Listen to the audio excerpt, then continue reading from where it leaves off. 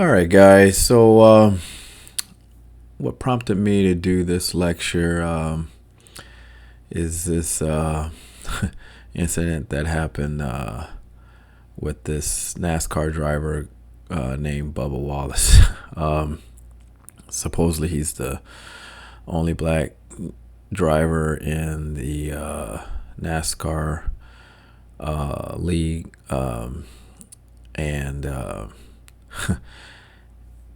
and he, like Jussie Smollett, looks like he got hoodwinked or bamboozled into thinking that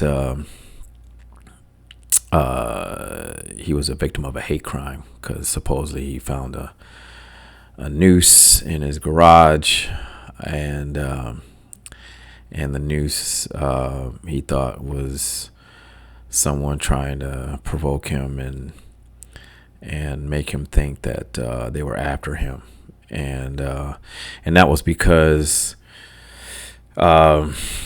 he was instrumental in getting NASCAR to ban the Confederate flag being depicted or shown at their events. So, but anyways, the reason why I'm doing this lecture is to use that example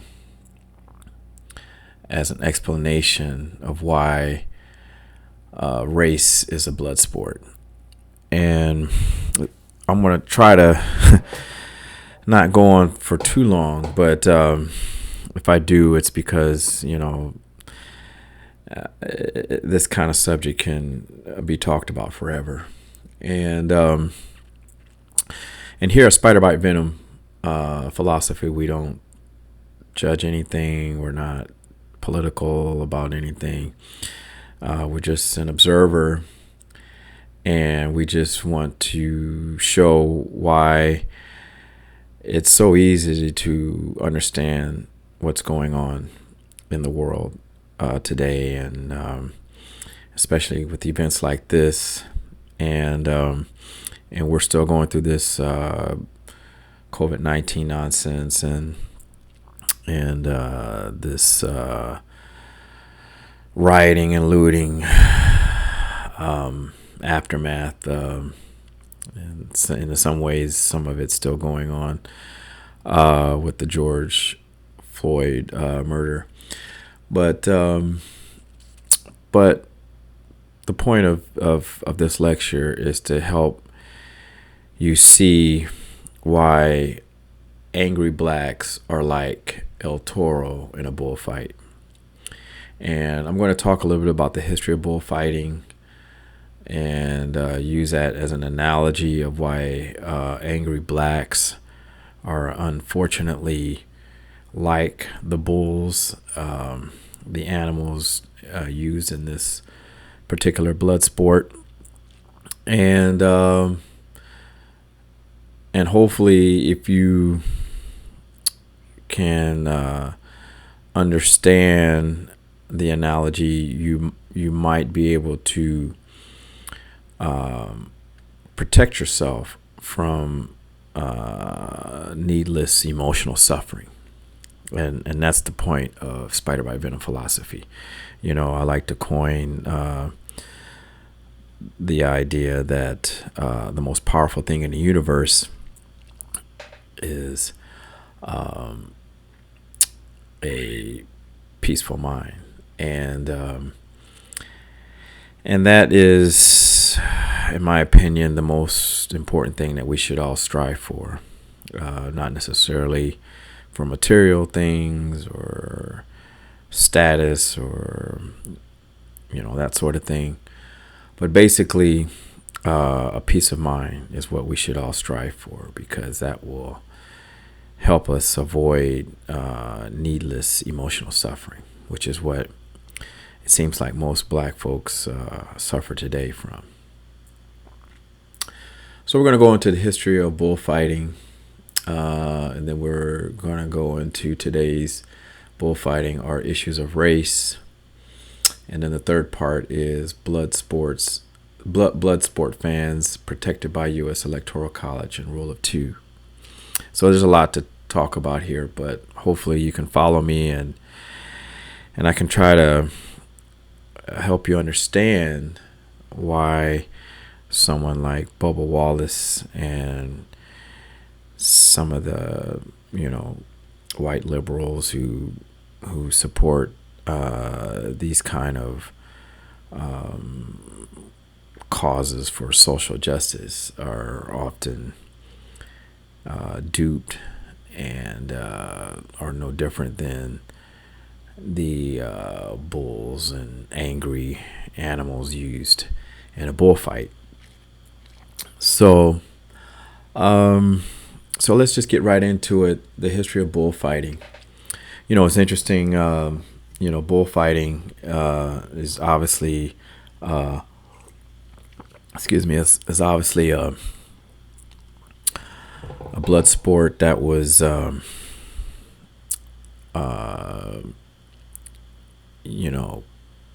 practiced in Spain and Latin America, countries like Venezuela and I believe Ecuador and maybe a couple others use or have practiced this blood sport.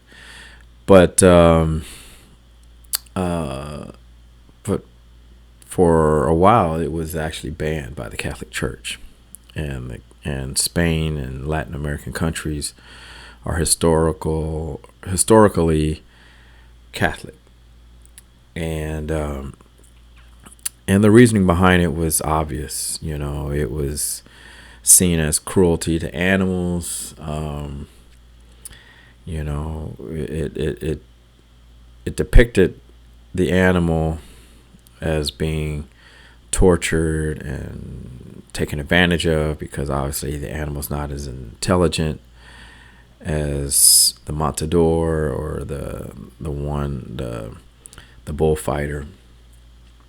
So the Catholic Church banned it for a while, and but obviously with popular demand and that sort of thing, it came back, and not that the Catholic Church ever sanctioned it again or believed it was okay. It was just, it was something that was beyond their control. So that's why even today, bullfighting still exists.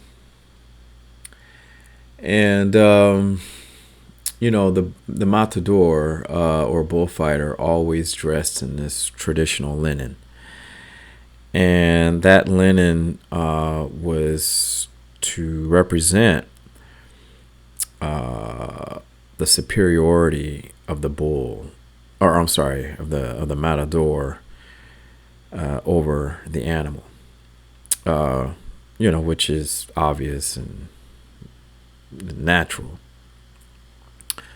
but the idea was to show how easy it was for the matador to provoke and play around with this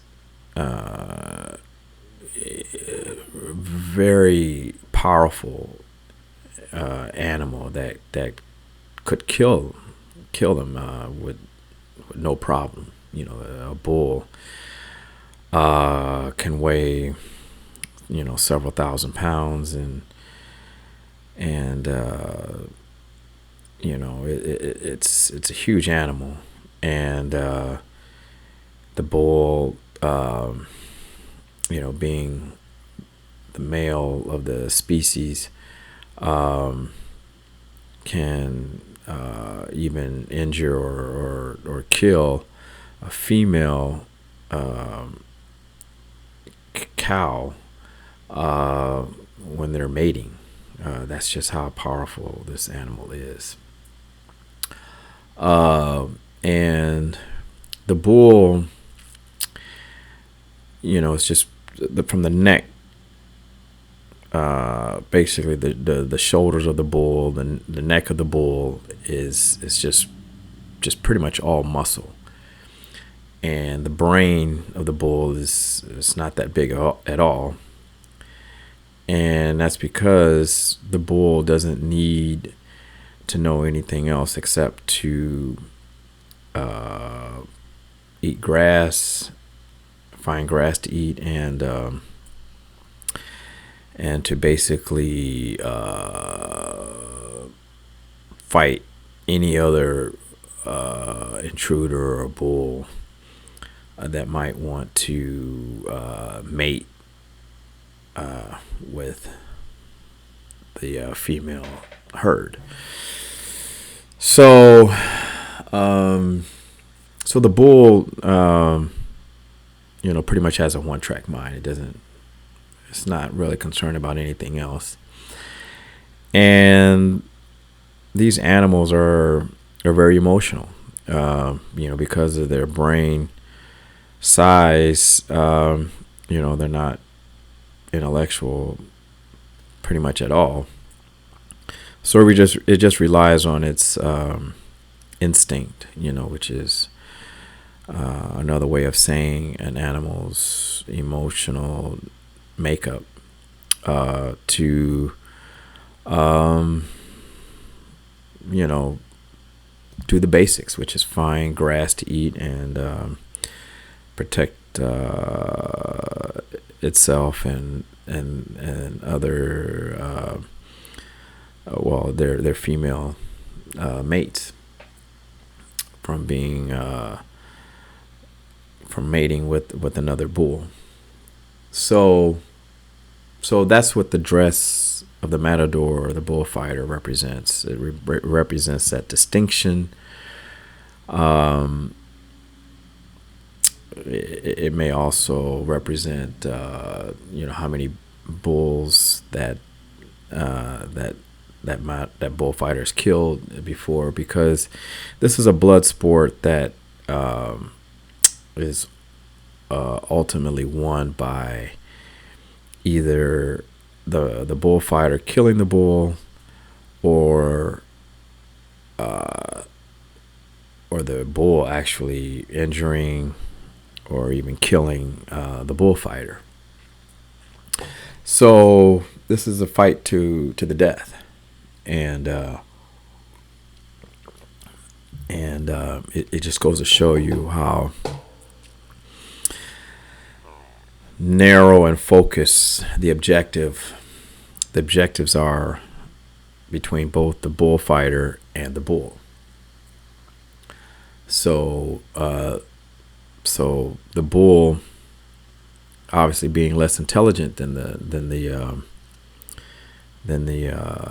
matador or the bullfighter, it has no idea why the bullfighter wears his traditional dress or anything like that. The bull just basically sees a large object that seems like a threat, and that brings us into part C here, which is the red cape is a distraction to the bull, and while it's distracted, arrows provoke even more anger in the bull. So, when a bull sees a red cape, first of all, the bull, I could be mistaken, but I believe all animals are colorblind anyway. But because the color red is so bright, it's enough to distract the bull from the actual bullfighter. So what will happen is the bullfighter will wave his red cape in front of the bull, and the bull will come charging towards the red cape. And of course, there's nothing that the bull can kill that's behind the red cape. So the bull just gets more and more frustrated, and the bull, still not knowing the difference between the red cape and the bullfighter, will just keep charging that red cape as long as the bullfighter waves it in front of him. And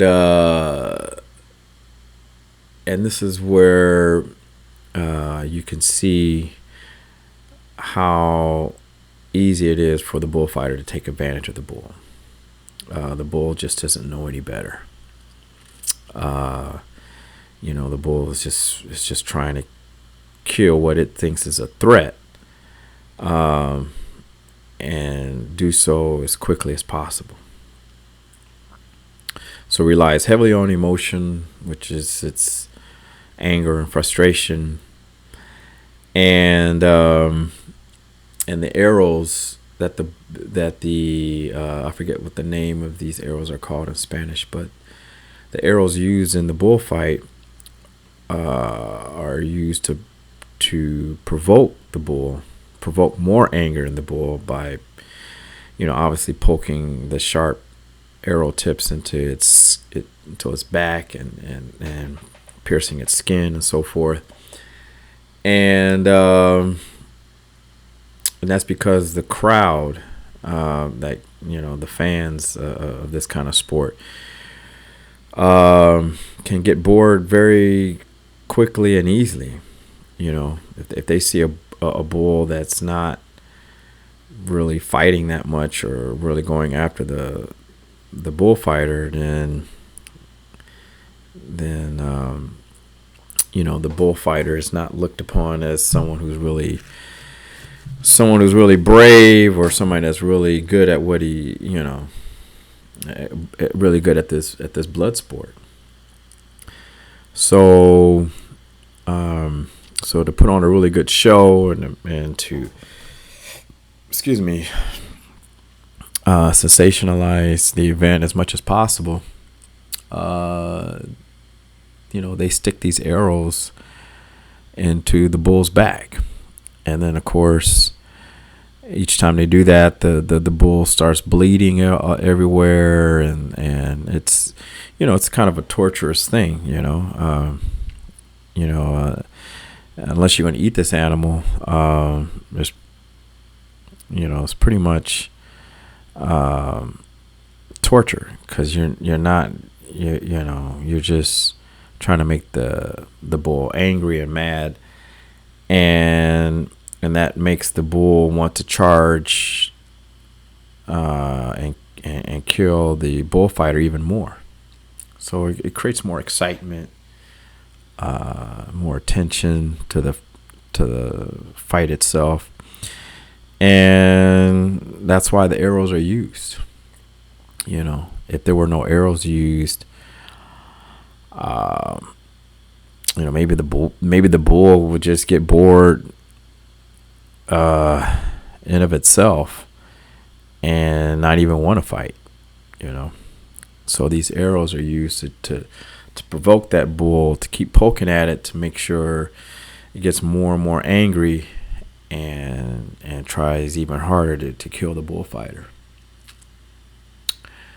So this brings us to part 2, which is today's bullfighting are issues of race. And basically, the schools and universities sensationalize historical injustices. And that's like your arrows, That's like the arrows that a bullfighter uses to poke a bull. I remember when I was in school, we would, I'm a little older, so we would have history class about slavery and historical injustices and so forth. But I don't remember it being too much sensationalized. And from what I hear today, most of that stuff is sensationalized. I remember when we would learn about history, slavery wasn't necessarily glorified, but at the same time, it wasn't necessarily taught to make us angry at white people. It was just kind of an education on the history of slavery, why it happened, the fact that at that time period slavery was just legal. Obviously, mostly blacks were affected by it, but there were other people who were affected by slavery too, other different races, and and uh, and then we learn about Abraham Lincoln and how he was the only president to emancipate the slaves, and so we learned how slavery was an institution that was just unsustainable. Um, at some point, people are going to rebel and either get revenge or do whatever they can to stop the suffering. So Abraham Lincoln, we learned in history class, he tried to mitigate that situation, and even though we learned that Abraham Lincoln was more concerned about the Union than freeing slaves,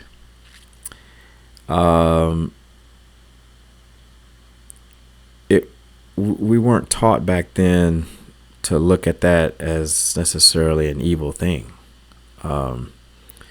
Instead, we were taught that the end result was beneficial for everybody. It was a mutual benefit. If that was Abraham Lincoln's goal, which was just to preserve the Union, and at the same time that free the slaves, then there really was nothing to complain about. It wasn't like no one in our history class were like, oh,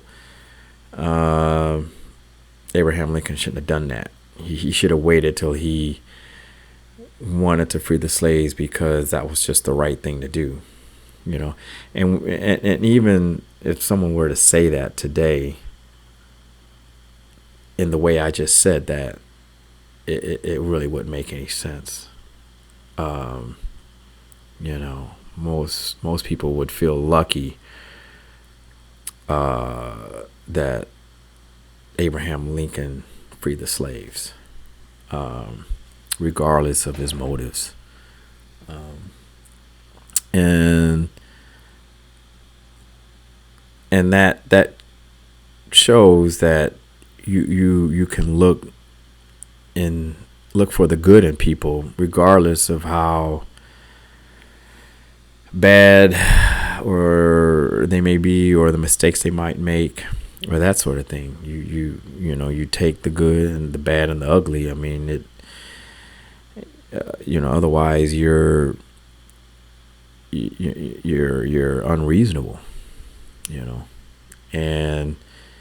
And this is why people today are having a hard time getting along, because they're just so angry and so unreasonable that they're not able to see a little bit of good in people who may whose motives may not be as pure as the ones you have.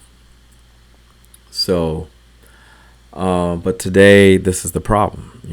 Schools and universities, and it's done this for years. I mean, even though we didn't have so much sensationalization of or sensationalizing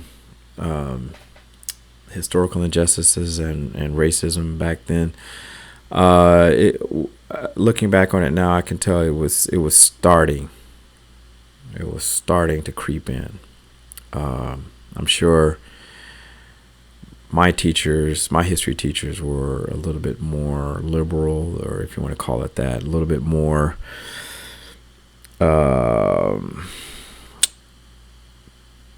appalled than at the fact that they were obviously white, and that their ancestors may or may not have had a particular role in such an historical injustice, and then felt guilty about that. And so looking back on it now, I can see how, some of that guilt was starting to creep into our history classes. But it wasn't bad. It was still, our history classes were fairly reasonable. But today, it's obviously become radicalized. I mean, now history is taught in a way to be all about the grievances over what happened in the past, and that triggers anger. And whether someone outside of schools and universities is sponsoring such a curriculum or a style of teaching history, it's not the point. A lot of these things happen naturally because we're all of us are selfish to some extent, and that selfishness makes us feel angry, especially when we feel like we're the victim of injustices and or feel guilty.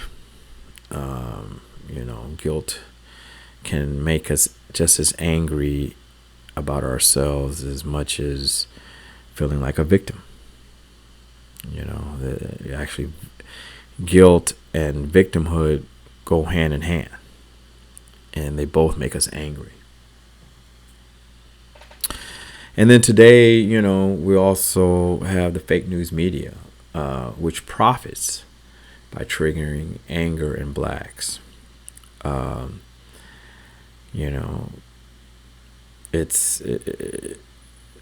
We laugh today at fake news CNN and with Don Lemonhead and Anderson Pooper, some of these clowns who constantly sensationalize events like what happened to George Floyd or Rodney King or any of these events where some white police officer killed a black man or something like that. And but we have to remember that if we live in a so-called capitalist society where these fake news media outlets are allowed to turn a profit, or have to turn a profit, then it's easy to understand why they do it, why they sensationalize these types of events, why they ignore the fact that these events are isolated. They're not the normal thing that happens to black people or anything like that. And so therefore they're used to trigger anger and people. They're used to trigger anger in blacks and guilt in white people. So this is what you're seeing on fake news CNN, where you're having white news anchors who are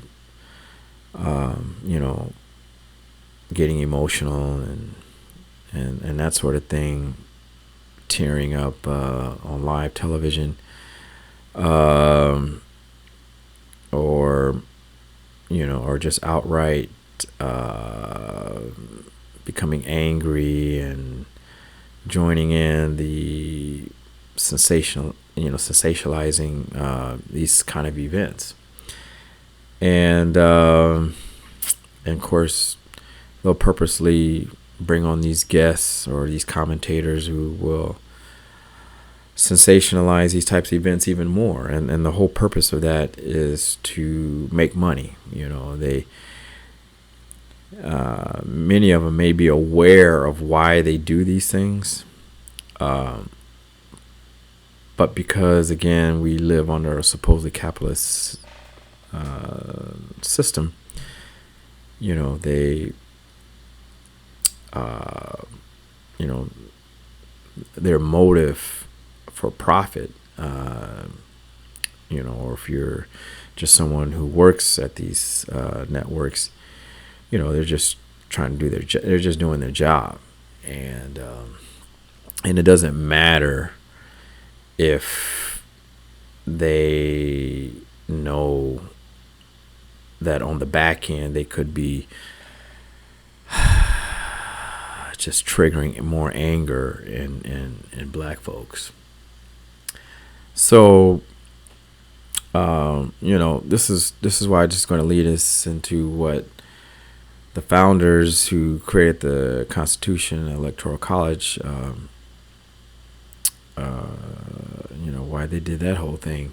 But before I get into that, we got to talk about these race hustlers and politicians who are a part of this triggering anger in blacks, and their motive is different than obviously trying to turn a profit, because they're not running a business or anything like that.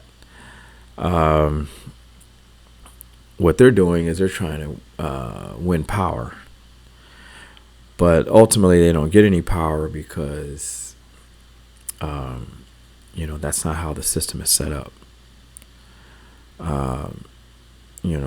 Injustices are basically wrongs against the idea or the principle of equality.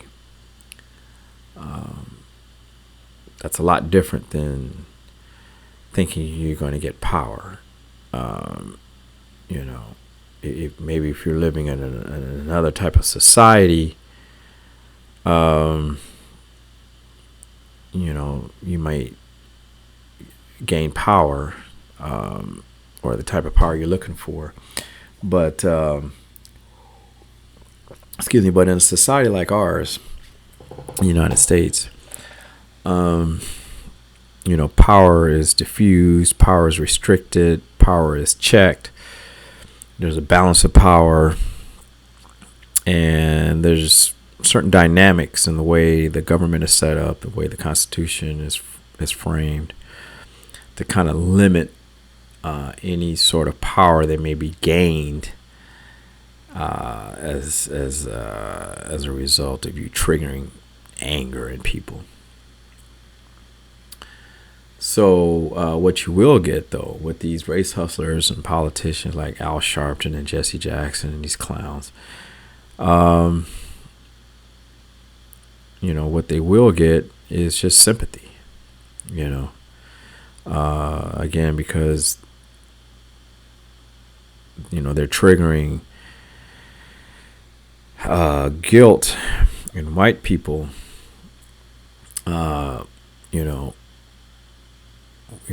all that ends up with that is just white people feeling sorry for blacks.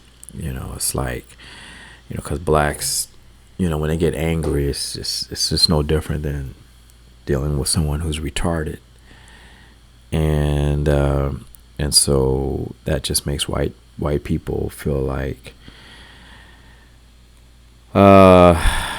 blacks just have it too hard, that they're basically handicapped, and they just cannot do anything unless the white man carries some of that burden, looks after them and cares for them and that sort of thing. And this all comes back to the fact that you have this loop that's been started in the schools and universities where the history of injustice and racial inequality and that sort of thing justifies the anger that can be provoked by the fake news media. and it's, that loop there just kind of feeds on itself, over and over again. It's just the provocation just gets larger and larger, to the point where, like we're seeing right now, where just angry blacks are like a bull. They just keep tearing up shit, just charging, the bullfighter. And the bullfighter is just doing his job. The bullfighter, you can basically say, is the fake news media. The arrows is the sensationalizing of events like George Floyd, or now this hate crime hoax with NASCAR driver Bubba Wallace, and it works. It works. It's like watching a bullfight.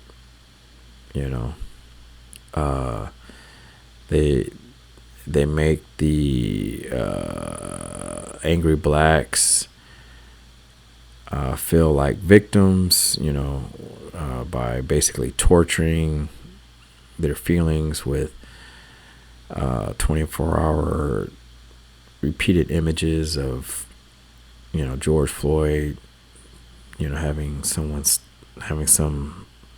idiot police officer's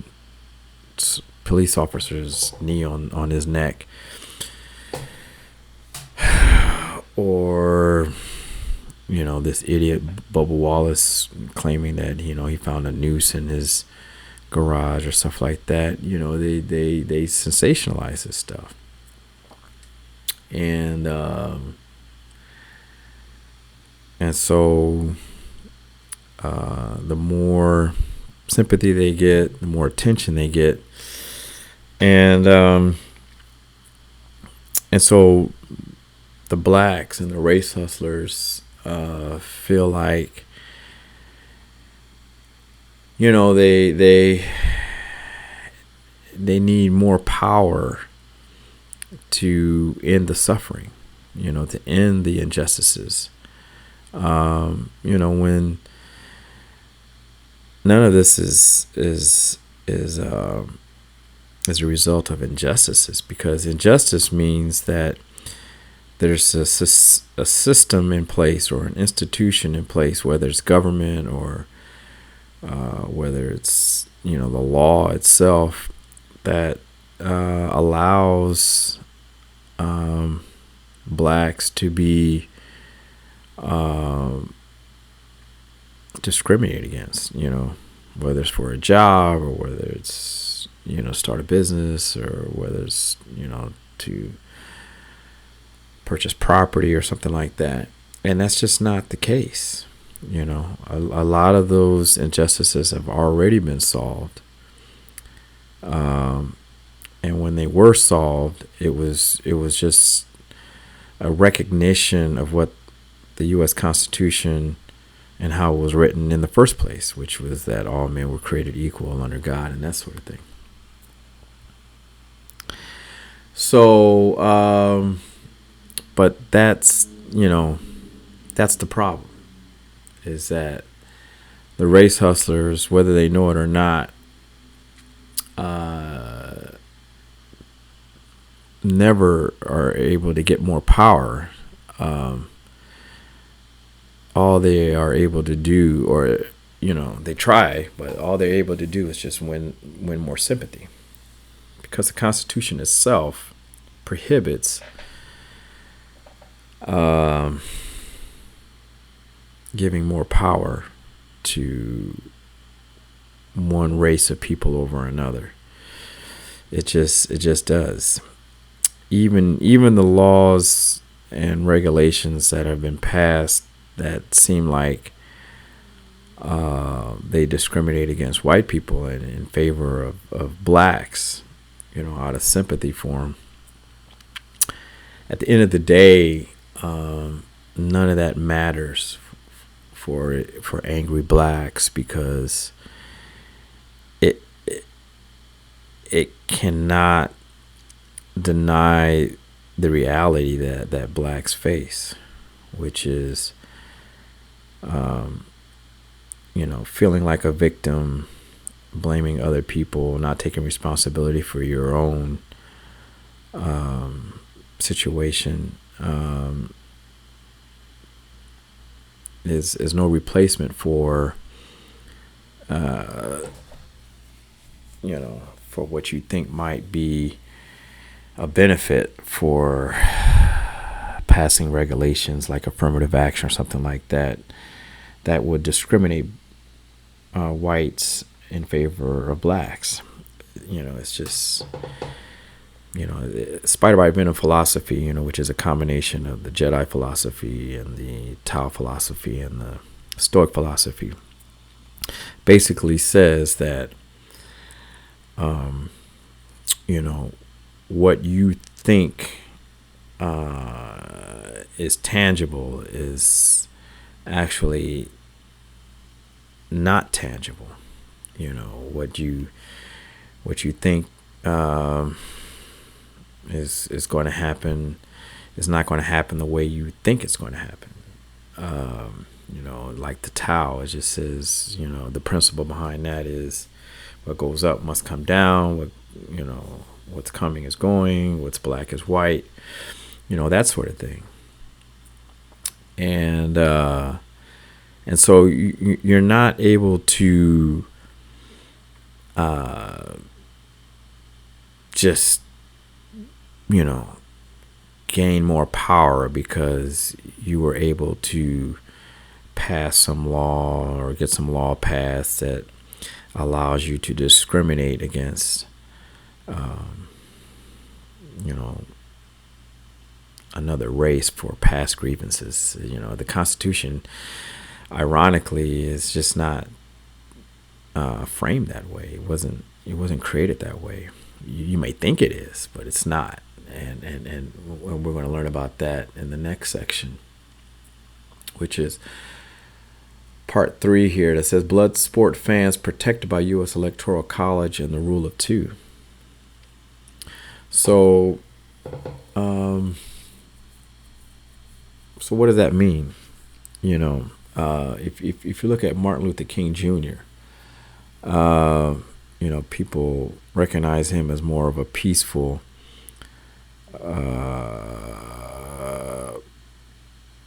civil rights movement leader, and he was,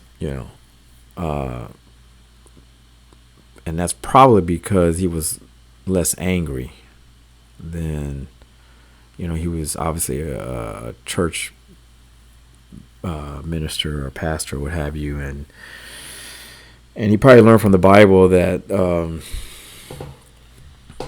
as a Baptist Christian, I believe, to turn the other cheek, to not take out vengeance on their enemies. And when you compare that to Malcolm X, who supposedly was advocating the Nation of Islam and the Muslim religion,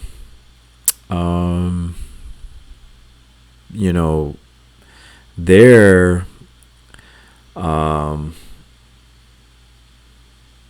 is a justification for vengeance, and turning the other cheek is not necessarily encouraged. It's actually seen as a sign of weakness, and that's because there was no Reformation like basically you see between the Judeo-Christian tradition. Basically the Muslim religion is like the Jewish religion before the Christian Reformation of what took place, in the Bible, and that's this idea that vengeance and and anger, or justifying your anger and that sort of thing only perpetuates violence. And so Martin Luther King Jr., obviously, considering himself a Christian and that sort of thing, was less prone to believe that equality wasn't enough. Whereas Malcolm X, and it wasn't until later that he started to agree with Martin Luther King, but in his earlier career as a mouthpiece for the Nation of Islam and that sort of thing,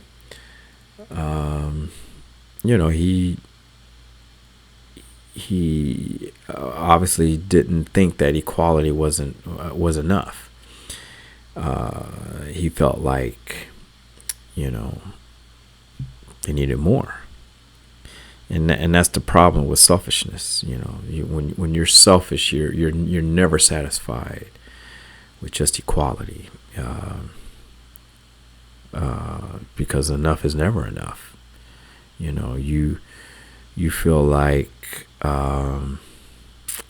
equality is just a Band-Aid over your suffering, over the pain that you feel, and that what you really need is to undo all of the injustices in the past.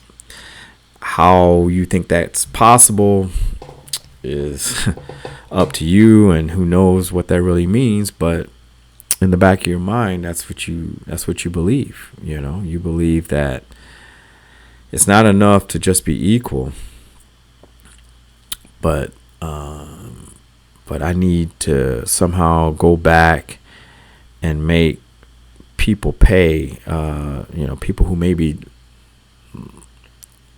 long gone or dead or what have you, and make them pay for the injustices of people who are living today. And that's just the unreasonableness of men, when they think that way. See, now you're no different than this bull, this El Toro, who doesn't know the difference between that red cape and the actual bullfighter. You're just charging at nothing, and that red cape represents distractions, which is the idea that equality is just not enough. It doesn't matter to like today. It didn't matter that the man who killed George Floyd, was charged with murder. I believe second-degree murder or something like that. It doesn't matter. It's gotta, these people are looking for more.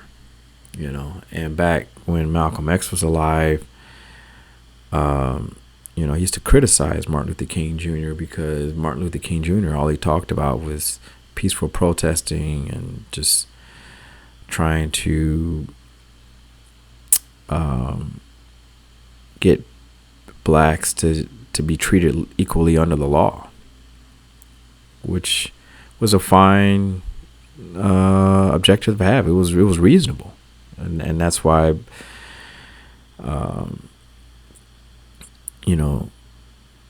white folks in the government agreed with him and loved Martin Luther King, because they didn't have to feel guilty about something that they may or may not even have been a part of, or if they were, maybe were ignorant about. Now they knew how to fix it, and they fixed it, and it was enough to satisfy everybody. But But for people like Malcolm X, at least in his earlier, uh, career as a leader in the civil rights movement, it just wasn't enough. It just wasn't enough, and that's why the U.S. Electoral College, which is the formation of the republic, protected civil rights leaders like Malcolm X from the radical, unreasonable civil rights leaders like Malcolm X. And the rule of two comes out of the Jedi philosophy, which I've incorporated in the Spider Bite Venom philosophy, which basically says that governments and the rule of law and everything that we consider as an authority follows this principle called the rule of two, and that just means that we are all co-rulers with the government, and that's how the Constitution was created. And whether the Constitution was created with that in mind or for that purpose at all, it's not the point.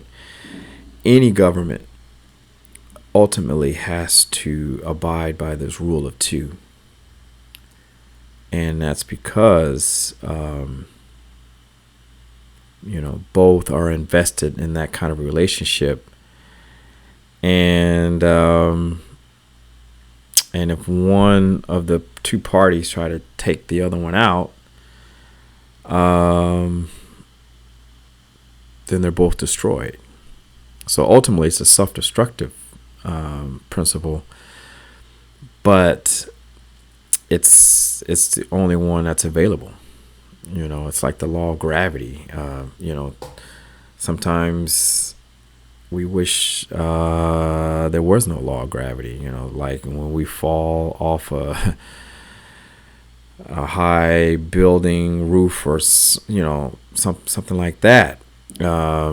But that law of gravity has to be there, because otherwise, if it was just some random thing to apply to certain circumstances, it would be nothing but chaos. So this rule of two, is a recognition that we're all co-rulers with with the government or with the authorities, or whatever you want to call it.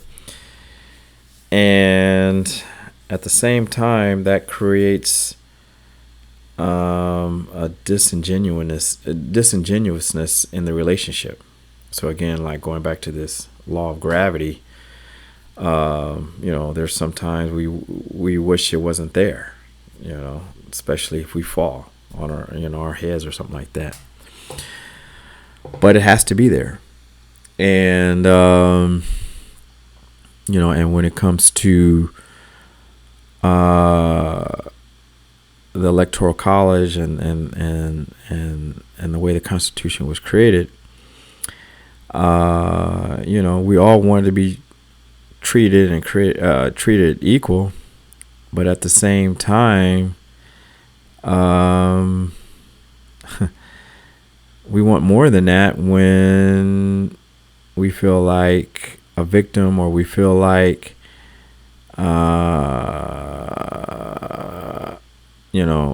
we're not being treated equally under the law. And that's where the anger comes in, and the anger turns us into this bull who's just wants to charge and kill whatever is in its way. And the Electoral College is set up to protect us from that type of passion and anger that everybody has. because again, that rule of two, that dynamic, is there. It exists. And this is why, the part B here, it says angry blacks are like bulls and social justice warriors who still want more than just equality. And that's why you see like this George Floyd incident being hijacked by race hustlers like Al Sharpton and Jesse Jackson, some of these clowns who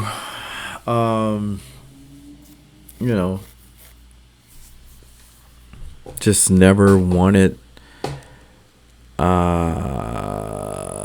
everybody to be equal, but for them to actually have ultimate power, and that ultimate power can only exist if you have a revolution and change the Constitution that gives them that power, And when you do that, then you got something entirely different. Now you have a communist system. That's what communist systems do. They usually start off as a democracy, and then the masses of idiots will demand more than just equality. They'll demand the power to somehow undo all the injustices of the past, and then they'll elect some idiot who promises them all that, and then once they get into power, they realize that that's not possible, and so they create a system where everyone's forced to think like them, to do as they say, and that sort of thing. And in exchange for that, they are co-rulers. As long as they stay in line, as long as they believe the same things and that sort of thing, then they're co-rulers. But the minute they step out of line, the moment that they try to betray their co-rulers, then all of a sudden, there's a fight, and or one of the co-rulers will find out about it and try to have the other one killed, or conspire against the other one and have that threat taken out. So again, you're back to this, to this analogy of the bullfight. The rule of two is the fighter, the bullfighter, and the El Toro, the bull. And it's the Constitution that and the Electoral College, which protects us, or fans, so to speak, who are sitting in the stands outside the bullfighting arena. So when we watch this stuff on television, like fake news CNN or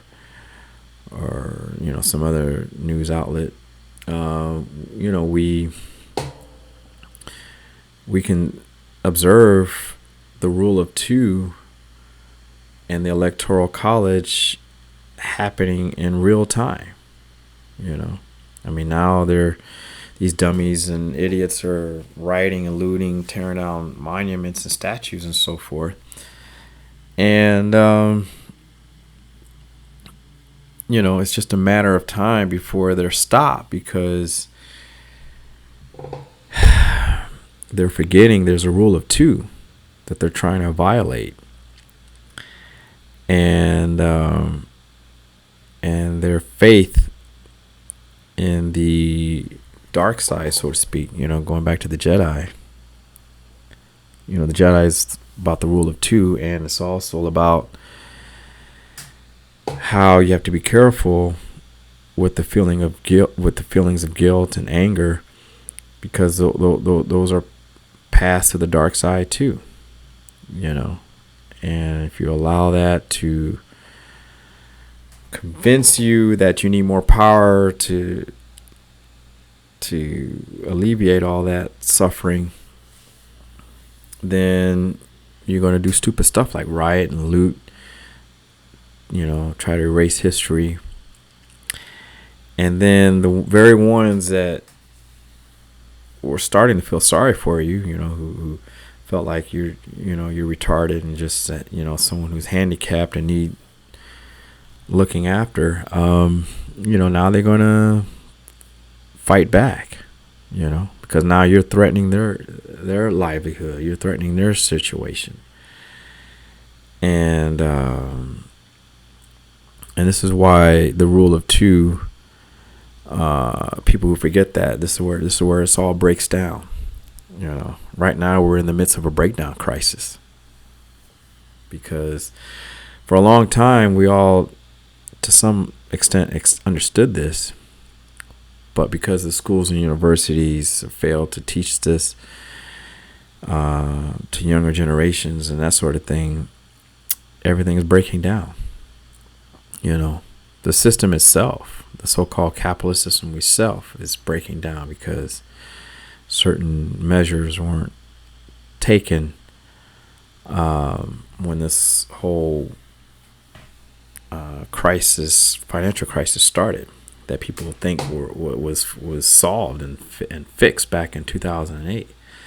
You know, nothing could be further from the truth. You know, that attempt to fix the system the way they did back in 2008 was an illusion. You know, it was another attempt to violate the rule of two. And so now this whole COVID-19 nonsense is being used to really cover up the fact that the system is breaking down. That the whole idea that you can bail out the financial system in 2008 could work.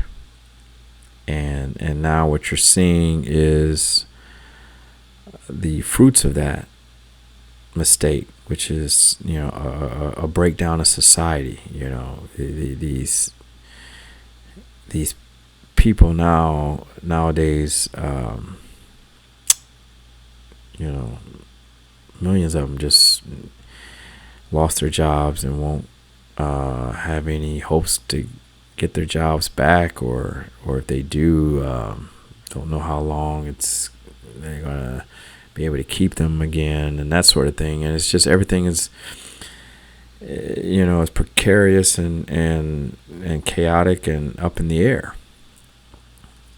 And so there's no feeling of security anymore. There's no feeling of peace because everybody's angry and rioting and looting and that sort of thing, and destroying monuments and history and that sort of thing. And so we're seeing a real breakdown crisis in society itself. And it's just only going to get worse until it's completed, you know. Because the interesting thing about human nature and selfishness and anger and that sort of thing is that at the end of the day, it's like this blood sport of bullfighting. You know, it ends tragically. You know, either the bullfighter is gravely injured or the bull is killed. And that means that, you know, before things will get better, there's going to be a lot of people going to get killed, a lot of casualties, you know, maybe food shortages and you know, and now this COVID-19, you know, they're trying to say could be you know, a plague that's going to kill millions of people and that sort of thing. Who knows? I mean, it's regardless. It's the tragic end that has to come before anything is turns for the better. So what can you do? I mean, you have the Electoral College that can protect you to some extent, but even that is limited because there is no guarantees in life. You get caught up in the wrong place at the wrong time. Something can happen to you. But the best that we can do is to not become angry ourselves. Is to understand why things are happening the way they are. To not be an angry bull that goes charging itself into a bunch of arrows and basically into a situation where it's going to be killed. We have to play defense. Have to be smart about things. We have to not be so ambitious about making money and extending ourselves when it comes to whether it's debt, that sort of thing. Because the government is right now, society is again, it's in the breakdown crisis. The government is going to try to save itself, because remember, there's a rule of two that applies to the government as well. It's this partnership that's disingenuous with the economy, and the economy, the banks, the banksters that represent the so-called economy are bankrupt, and the way they're supposed to live or stay in existence is if consumers are borrowing money. And if you're telling consumers to not work, and that the government is going to try to save itself by sending you money to spend, that does nothing for the economy. Printing money does nothing, because what these banksters need is debt. They need the consumers to borrow money, and not just a lot of money. They need them to borrow, basically 10 times more money than they borrowed before this whole crisis even started, back in 2008, which is impossible. It's just impossible. But because debt is what makes you get out of bed in the morning and go to work, there's no point in the government sending you more money if you don't feel secure enough to start another business, or if you're told that if you already have a business and you're going to supposedly reopen under this new COVID-19 regulation that you got to operate at 25% capacity. I mean,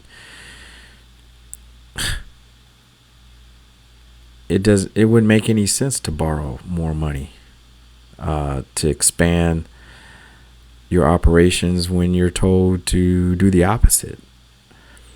So this is the great breakdown crisis that's happening. and it's just making more people angry. And so at the end of the day, what has to happen, is a great reset of the financial system, of the economy itself, of society. You know, because right now we're engaged in a blood sport that always has a tragic end. It may seem like it's going to be glorious for the bullfighter.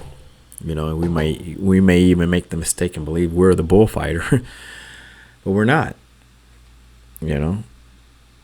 We're either the fans that are sitting safely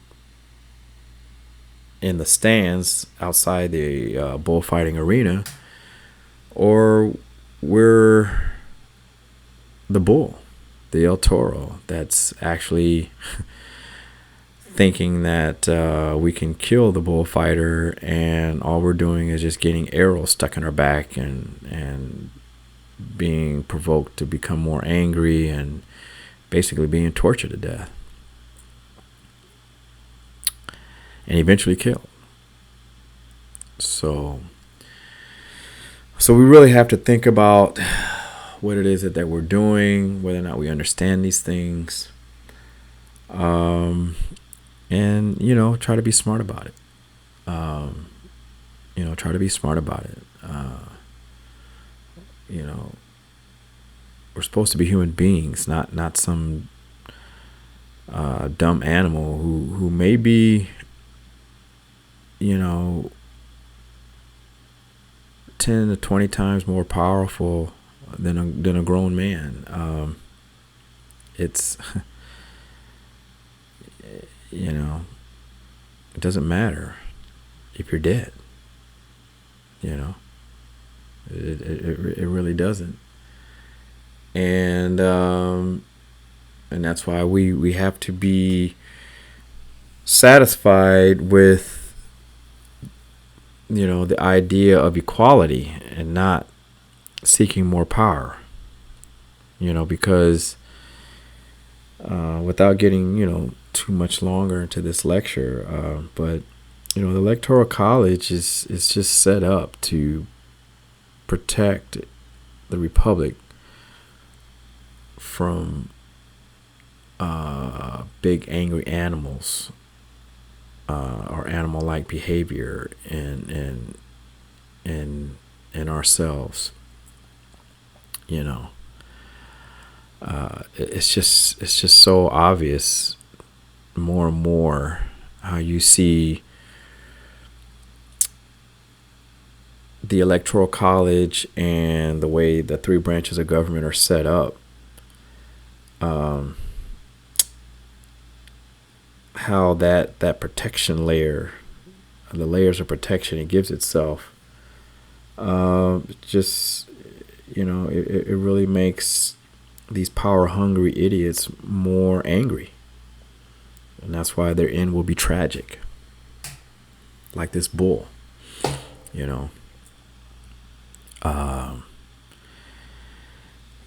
It doesn't matter if some she-boon like Shirella Jackson Lee or AOC or Alexander Cortez, whatever her name is, try to get power. Right now, it's funny how they're restricted in the House of Representatives, which was designed by the framers to diffuse power. And even if they were to somehow make it into the Senate, which would be nearly impossible for them because they're too angry. But let's say they were to make it in there, there's a check and balance there because now, because their power is now reduced to just one vote. It's still insignificant to what they're able to do, or what they think they think they can do. and even the president himself. You got Trump here, who's in a lot of ways seems like he's doing his best to, um,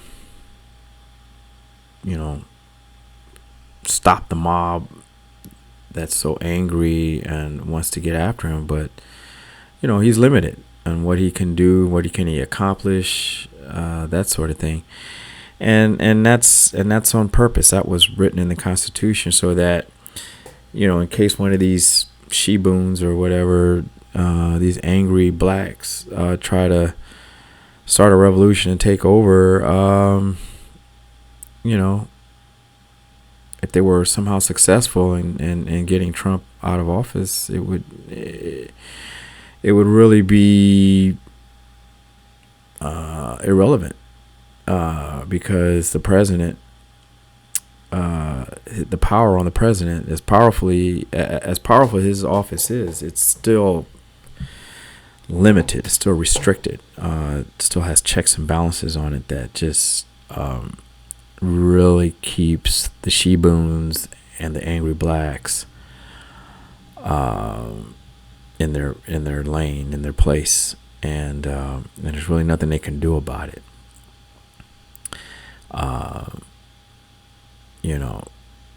The Civil War proved that, because the revolutionaries in the South, the Confederacy, the flag, the Confederate flag, or the Confederacy states in the South that try to overthrow the Constitution, basically was just met with force by the federal government, which was led by a duly elected president, Abraham Lincoln. So it'd be nearly impossible to start a revolution. Not to say they won't try. I mean, you can see them trying now. But but even trying to do it,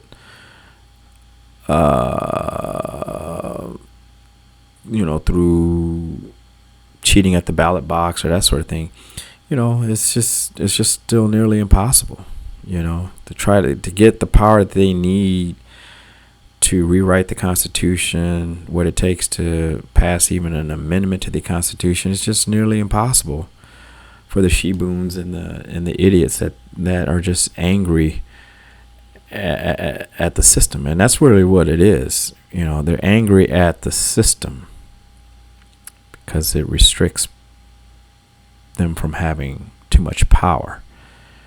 That's the problem. And the framers of the Constitution knew that. That's why they wrote it that way. But because the schools and universities no longer teach, that, and teach how the Constitution was written and why it was written that way. Now angry blacks and she-boons are just as, if not more, ignorant than they were back during slavery. When they couldn't read or write. I mean, it's literally that bad. And because of the anger, they just don't care. They don't even care to learn why the Constitution was written that way, to protect us all from these idiots. So they'll keep trying. They'll keep doing what they have to do. And when you see them out in the streets rioting and protesting and looting and that sort of thing, they just look like idiots. They look like they're possessed by demons, and in a lot of respects they are. That's what anger does. It possess.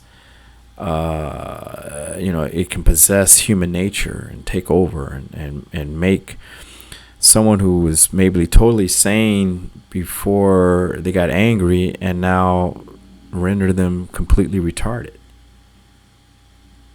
And so, like now you see this whole idea of defund the police and in this autonomous zone in Seattle. Now there's been a couple shootings and people getting killed as a result of this nonsense. And all of a sudden, these idiots who advocated this stuff are starting to realize that, none of that was a good idea. And it's because, again, the angry blacks and the she-boons and the dummies, it's just, they're ignorant. Thanks to the universities who have been led for years by greedy race hustlers and politicians who just want more power. They just done a disservice to these people, and they promised them something that they weren't capable of giving them in the first place. And now they all look like idiots. Now they all look like dummies. And this is why, I'm trying to hopefully educate you on how the system works, so you can protect yourself,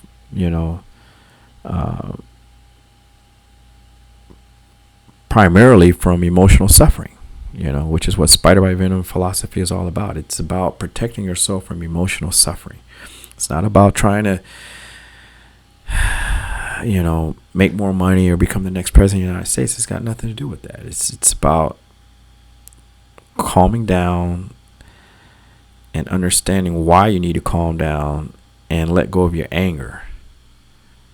Because there are certain dynamics built into the Electoral College and this whole idea of this principle, the rule called the rule of two, that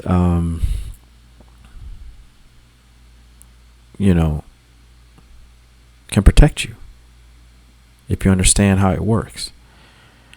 Otherwise you're going to suffer like the rest of these dummies.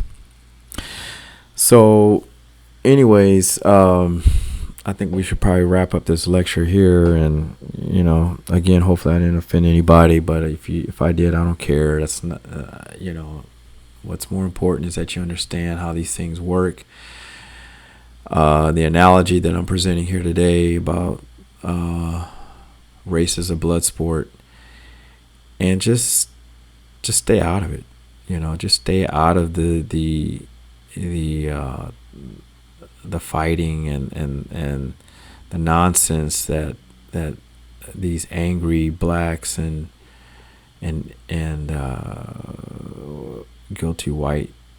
guilty feeling white folks or liberals or whatever are trying to push on you, because they're not working with the full deck. They're basically retarded. Their whole arguments are retarded. Even the gay butt sex movement is just basically, has nothing to do with equality. It's just, again, this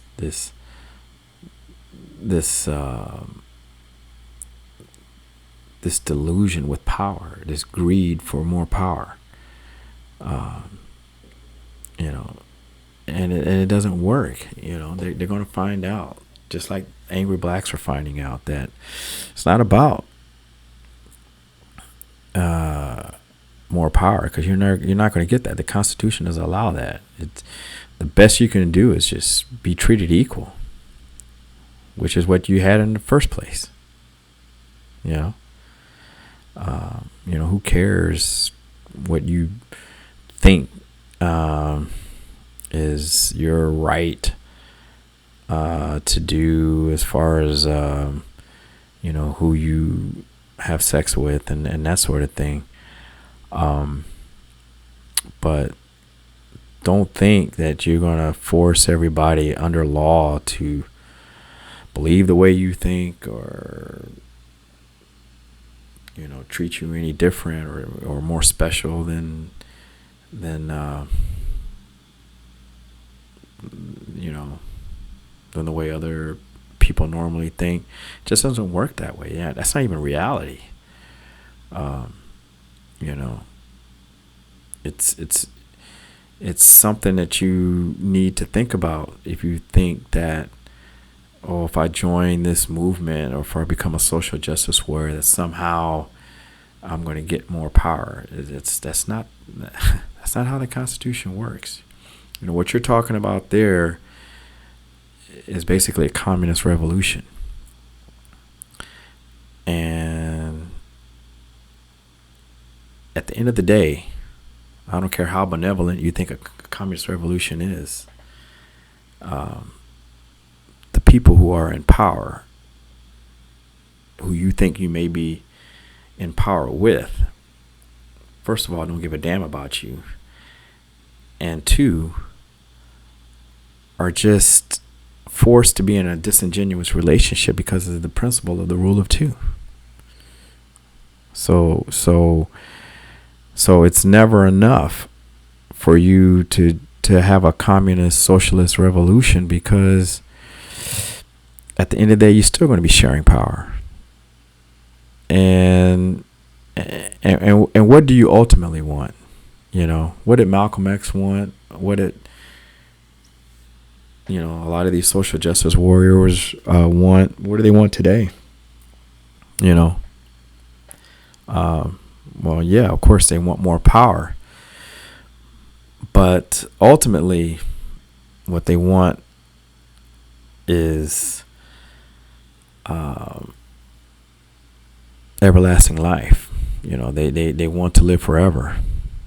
They want to conquer death. And that's because, what's the point in having all this power and knowing that at some point you're going to die? And what's the point in having all this power if you still don't have the power to undo history? Because you still are going to feel like a victim, knowing that anything that you felt that was done wrong to you, was still done wrong to you. It was still beyond your control. You can't undo all that. It's still there, which is why you don't go and tear down monuments and statues and that sort of thing, trying to erase history, because that's impossible. You're still going to suffer. And at the end of the day, once you do that, or try to do that, it's still never enough, because enough is never enough. Ultimately, you want to be like God, to have ultimate power, to live forever, and that sort of thing. And that, of course, is just not possible. So anyways, that's just going to wrap up this lecture here. Hopefully it didn't go on too long, but hope you learned something, and we'll keep talking about this subject. Again, not to be political about any of it, not to judge anything about it. It's just to help you understand that, hey, we don't want to be like some dumb animal who doesn't know any better. We want to be smarter than that. And hopefully that will give us the peace of mind that we're all looking for. So anyways, thanks for staying this long and listening to this lecture, and take care.